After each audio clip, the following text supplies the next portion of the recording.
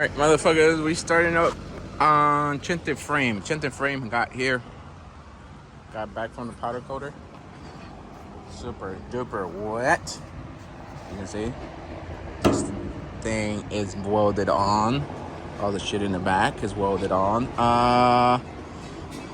It's only me and Danny today. We're gonna install the Pro 4 steering kit.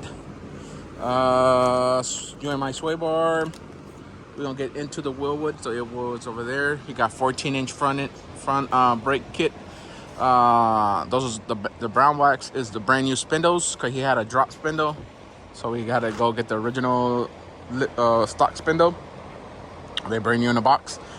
Inside, on top of the box, is the rear control arms they got here from UMI, the one who was waiting. Core support, the diff, and some miscellaneous parts. He chose his own color. Don't blame me for the color. That's his car. He chooses colors. I think we got red caliper, so it might match. So I still don't know. I don't know what color they went on the caliper because that was between 80s and him.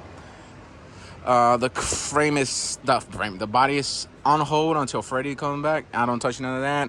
I'm gonna help him by drilling some more Clicos later on tonight. Remember, just me and Danny. So we're gonna do that. Me and Danny just gonna assemble the front end because I have to modify the spindle.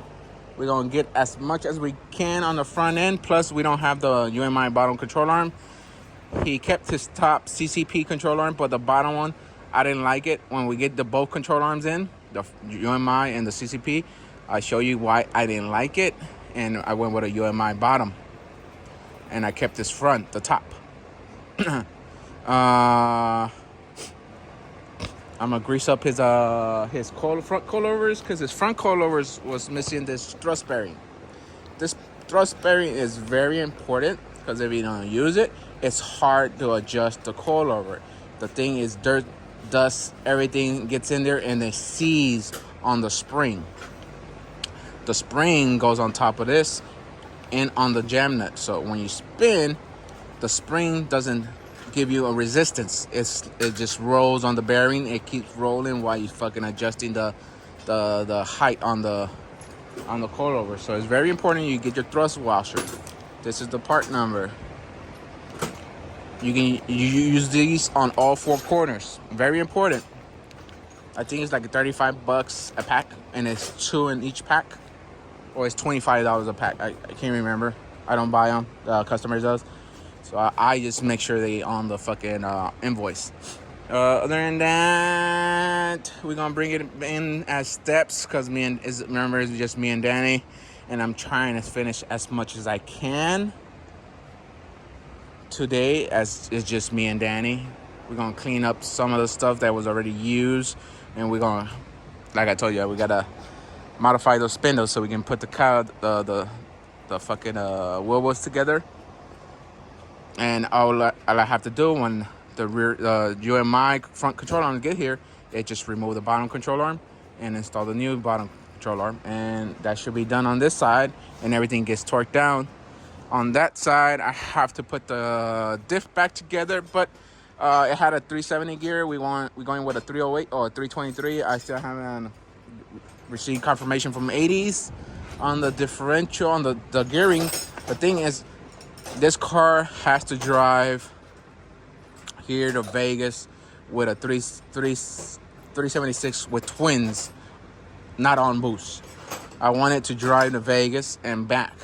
Cool ass motherfucker, but not on boost. I want it to cruise around on the freeway at 65, like around 1,500 to 2,000, and it gains boost at 3,000 RPM. So I'm trying to find me a nice little gear. I think I'm going something between 308, 323. We still haven't, 80s haven't got back to me on that. So it has to get re-geared, but everything can get assembled because it's a 9-inch. You know, I can throw in the wheel kit. It has a 14-inch wheel kit. If you remember, it had a little boo-boo-ass kit on it. I can throw the coilovers. I can throw everything in once they re-gear the center. I can throw the center inside. I just gotta press in the new studs. Take out the old fucking wheel seal. Clean the inside Because if you don't wash the differential after sandblasting, all the sandblast is inside. All the media is inside, stuck to the differential. We just gotta wash it inside and out and make sure it's fully dried. And then we're gonna put everything that goes onto it, assemble it here, and just wait for the center section. Meanwhile, we just covered it with tape the center, so nothing will go in there. But meanwhile, I can slide in the axles, put the brakes, put the wheels back on it, front and rear, and it becomes a roller. The most important is making it a roller again until we get the body. The thing is, the body, we have to do the floor, and we still have to do the front. We have to delete some holes. We gotta delete this one. We gotta delete this one, and this one. You have to delete a lot of holes in it. This was shit for the pedal. Yeah, and that's about it. And this one. That's the steering column. This is the brake. And these little shits, like those little shits, they have to go. We have to delete that. That's why they still cannot be mated. This still cannot be mated because we have to delete those before it gets mated. Because when we do a lot of body work onto the fucking frame, all that frame is gonna go to trash because all that fucking body work on it. So we're gonna try to do as much as we can on the cart, and then we'll mate it. And the last thing that we won't be waiting for is the engine and the twins. But meanwhile, I could use a mock-up engine from the garage, mock it all up, and so we can get a dry shaft in, and that's about it. So I'll bring it back as me and Danny goes.